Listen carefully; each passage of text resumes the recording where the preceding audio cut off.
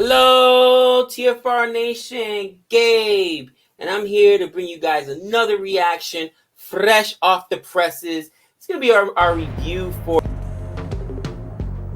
I'm so excited for it. I am a Sopranos fan, and first and foremost, I will say, for those of you that are Soprano fans, you're going to love this film. If you're not a Soprano fan, you may have mixed feelings about it. I've heard some other reviews. I watched it last night. Jeremy Johns, for instance, people like that who haven't seen it but can still appreciate how good the acting was and some of the standout performances we have.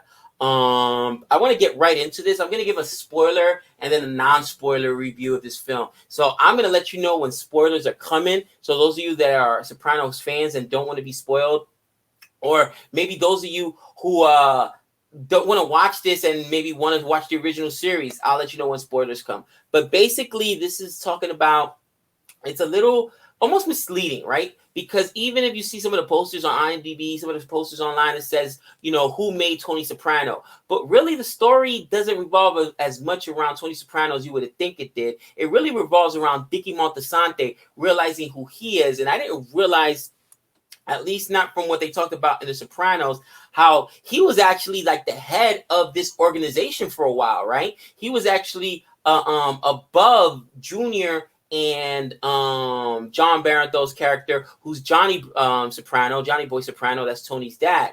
And his dad, who was played by Ray Liotta, Hollywood Montasante, their tumultuous relationship. And it's so interesting to get a different look at this family and the worlds and how they came up. It doesn't look like any of these guys are actually made guys yet, right?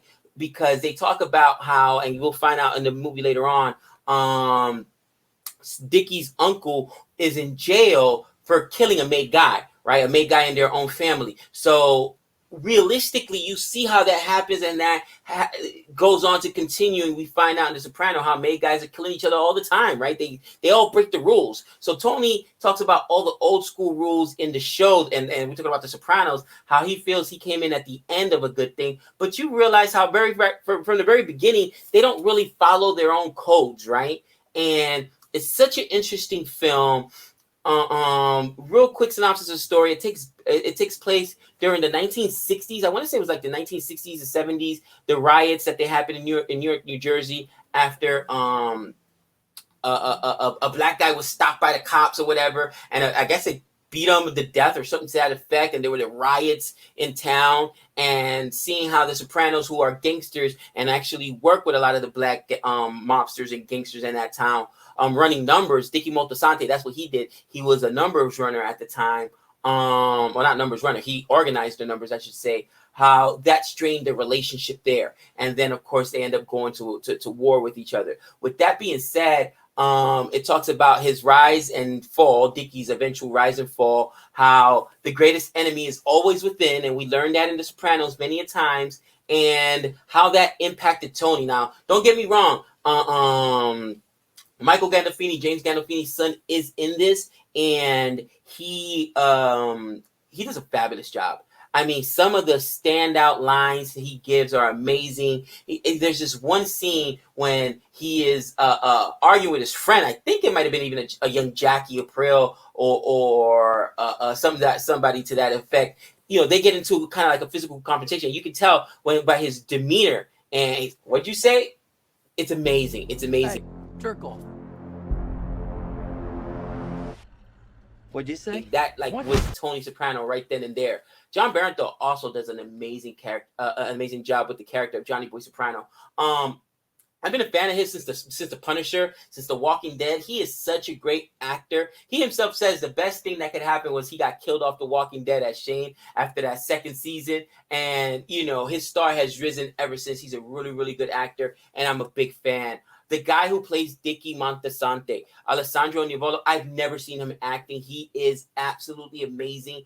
Every time he's there, he's great. Vera Farmiga is really, really good as Livia Soprano. She also had a standout role. Guys, the acting performances alone were amazing. Leslie Odom Jr., okay? He plays the main antagonist, right? He's the black gangster we were talking about earlier, who's first working with Dicky and then becomes his nemesis, so to speak. and he also has his acting performance is really, really good. Another standout one was John Marigo as Silvio Dante. He's just got Silvio's mannerisms, the way he walks, his face, the way he does things. And if you guys don't know, Silvio is one of my favorite characters with Sopranos. He's so funny with his mannerisms, and he really, really did a really good job when it comes to that character. And I think that just the acting performances alone. If you were not a Sopranos fan and you come in, some of these acting performances were really, really good, really, really good. The story could have been better, and I think the problem with the story is that it has so many Easter eggs to things that are going to happen in the future, and so many callbacks to things that are going to happen in the future. It lays a foundation for why the Sopranos world develops the way it does, why Tony's the way he is, why Uncle June is the way he is, and then you like, wow, if you're a real Sopranos fanboy, you're gonna love this film. But if not, you may be feeling like, all right, this movie was kind of missing something. The acting performances was great, but I needed more. And I think they may even give you another Sopranos film if this does well enough. I heard that Chase has signed up with HBO for 5 more films. Why not give us another one? All right, that is the non-spoiler portion. This is as much as I can do without spoiling it. I'm a big fan. Go watch it. Watch this film first, and then it may make you want to watch The Sopranos. But realistically, you should probably watch The Sopranos first, and then go back and watch this film. Now, let me go ahead and get into this film. Okay. Man, I love this film. First of all, biggest spoiler alert. They start from the very beginning. They bring back Michael Imperiale, who's Christopher Moltisanti, right? Dickie's son. And he's doing, like, at the beginning, we find out that they slow pan to his grave. And then he's doing kind of the narration for a lot of parts of the film, which is super, super cool. And I'm glad they brought him back from it. It was his voice, so I'm glad about that, okay? We find out that Dickie Moltisanti, it was stories that were told to Christopher. He wasn't killed as a part of any a rivalry with any other faction, whether it be the Black Gangs, whether it be they said supposedly he had gouged somebody's eye out, and as a retribution, that's why he was killed. No, it was Uncle Jr. Because Uncle Jr. is always soft. He's always been the weakest link. Uncle Jr. tried to kill Tony, all right, in The Sopranos in the first season because Tony made fun of him for being a muff diver, all right. Let's keep it PG. And Uncle June literally tries to kill Dickie because he gets upset. A, because Dickie laughs when he falls and hurts his back, right? And B, because Dickie gets more accolades than Uncle Junior does because he steps up and takes over the family when Dickie Moltisanti's dad dies, and Uncle Junior doesn't do so good when Johnny Bo Soprano gets locked up and goes to jail. So it's just jealousy. Uncle Junior has always been like the weak link of The Sopranos, and you could see it now call back to, okay, now it makes sense why he never liked Christopher. Junior never liked Christopher in The Sopranos, guys, ever. He was always mean to Christopher. He was always trying to get at him. Tony really protected Christopher for many years until eventually, spoiler alert, Tony ends up taking his life, which they spoil for you in like the first 5 minutes of this film. So it was such a great film, man. And you see how Tony establishes that relationship with Dickie Moltisanti. You see why he loves Christopher, because he reminds him of Dickie so much, and how Tony looked up to Dickie. Some other things you find out, Dickie wasn't a good guy. Not only was he not a good guy, Dickie killed his own dad. He killed his own dad because his dad was a womanizer and beat up his mom. But then Dickie kills his dad and then takes his dad's wife, who he had just brought back from Italy, as his gumar. It's crazy. You could tell Dickie's a scumbag. He ends up killing her later on because she shacks up, with another dude that's his rival. And Dickie is just you. This is what The Sopranos did, right? It made you empathetic with criminals, because when you look at all his actions, you think this guy's a scumbag, but then you still love them and you love their characters and you empathize with them. And this movie did that perfectly. That's why if you're a Sopranos fan, you will love this film. But if you're not, I can see somebody who's just coming in and saying, why are we rooting for this guy, Dickie Moltisanti? Why is he even the main protagonist of this film?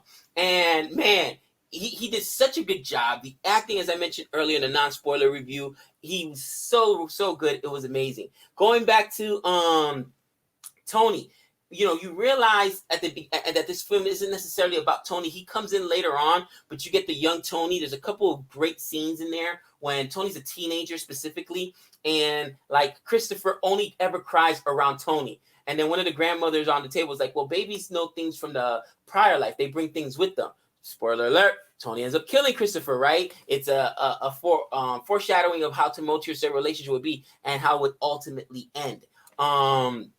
Ray Liotta did a really good job as Hollywood Moltisanti, but actually he plays two roles. He plays Hollywood Moltisanti, which is Dickie's dad, and then he plays, I think Richard might be his uncle who's in jail, so he plays two roles. He actually had me believing he was two different people. He did a fabulous job. Ray Liotta could still act, one of the best, always has been when it comes to the gangster role. Man, watching this film, there were so many little things that really call back to what's going to happen in the show of The Sopranos. And one of the funny scenes, right?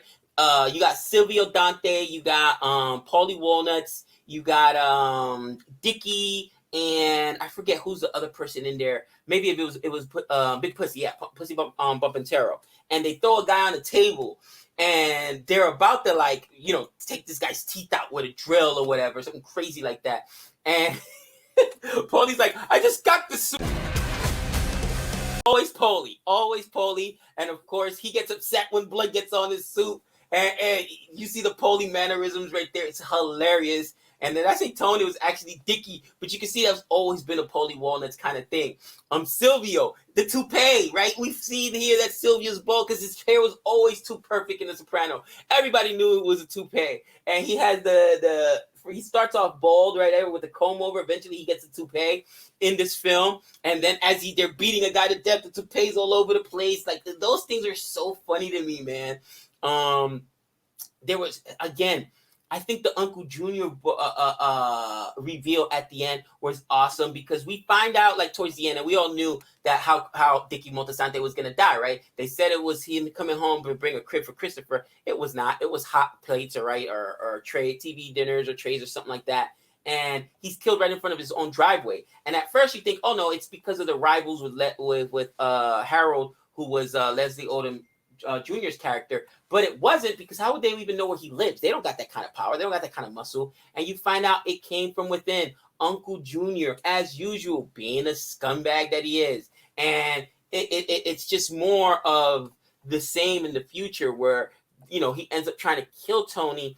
And in the end, he actually ends up shooting Tony, doesn't die, but Junior is one of those guys who survives all the way to the end of The Sopranos. He loses his mind, even forgets he was a soprano, which is kind of sad that was his end. He should have had a much harsher but I think it was because of his lack of loyalty and following the actual rules and the code that he was able to survive. Because when you don't survive, follow the rules, you're gonna end up killed really, really quickly. Yeah, man. I mean, I love this film. Corey Stoll, who also, he does a good job playing a creep, doesn't he? He did a good job playing the bad guy in Ant-Man versus the Wasp. Corey Stoll did a great job playing Uncle Jr. And you started hating him because you kind of saw like, oh, this is the guy that's going to set up Dickie or whatever. I saw it about midway through the film. I didn't expect them to actually give it to us at the end. I thought they were going to leave us more open-ended, but they didn't do so. But man, this film was absolutely great. I think if you've not seen The Sopranos, it may not hit the way it has hit for people who are Sopranos fans. Go back and watch The Sopranos. You'll find out why this thing was groundbreaking, why it won so many Emmys, why it was really groundbreaking television. And I think my final thoughts are that this is the way to go. Maybe not necessarily start another series, but individually. I'd like to see Johnny Sack in New York and their rise, right? Give us that story. Give us the story of Tony in the card game. Him making the move to finally becoming on the fast track to become made. There's so many fun callbacks to what's going to happen in the future. And I think I'm going to give this a solid B. That's probably the fanboy in me as a Sopranos. Right now, it's 7 out of 10, which is like a C is the grade on IMDb. I've seen different scores in different places. But again, if you've walked into this not having seen The Sopranos before, is it a standalone film that deserves a B? Probably not. But if you're a Sopranos fan and it's an extension, what we've been waiting for it, yes, then it's absolutely a B. It's absolutely a B, and it deserves that grade.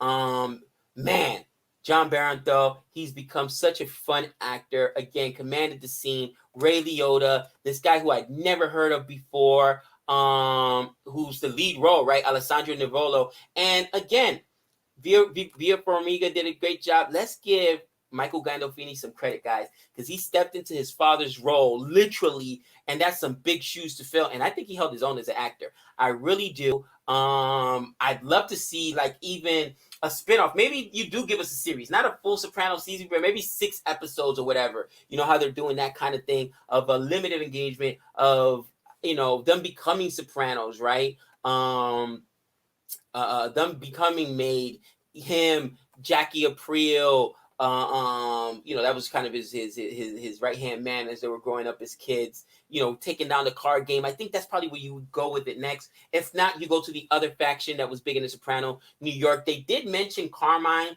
one time that I can remember in the film, so maybe that was laying an Easter egg for the future. Oh yeah, Carmine's here. New York is still a part of this. So guys, let me know in the comments below what you thought. I love this film. Excited for it. Don't forget to like and subscribe. And until next time, we know all things.